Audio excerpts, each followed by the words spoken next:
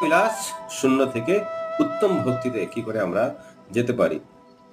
রূপ গোস্বামী আমাদেরকে সেই শিক্ষা দিয়েছেন। তিনি সাধনা ভক্তি সম্বন্ধে আমাদেরকে শিক্ষা দিয়েছেন। সাধন ভক্তি কি, সাধনা কি আসলে?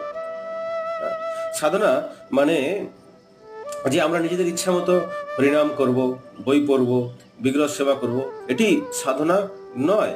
সাধনা মানে একটি উদ্দেশ্য নিয়ে অনুশীলন করা। কি সেই উদ্দেশ্য? সাধনার উদ্দেশ্য হচ্ছে প্রেম ও ভক্তি লাভ করা।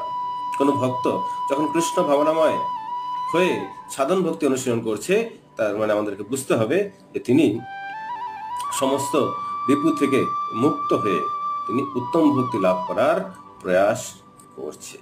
যেহেতু ভক্তি তার স্বরূপে, তার বৈশিষ্ট্য হচ্ছে শুদ্ধ স্বভাবের।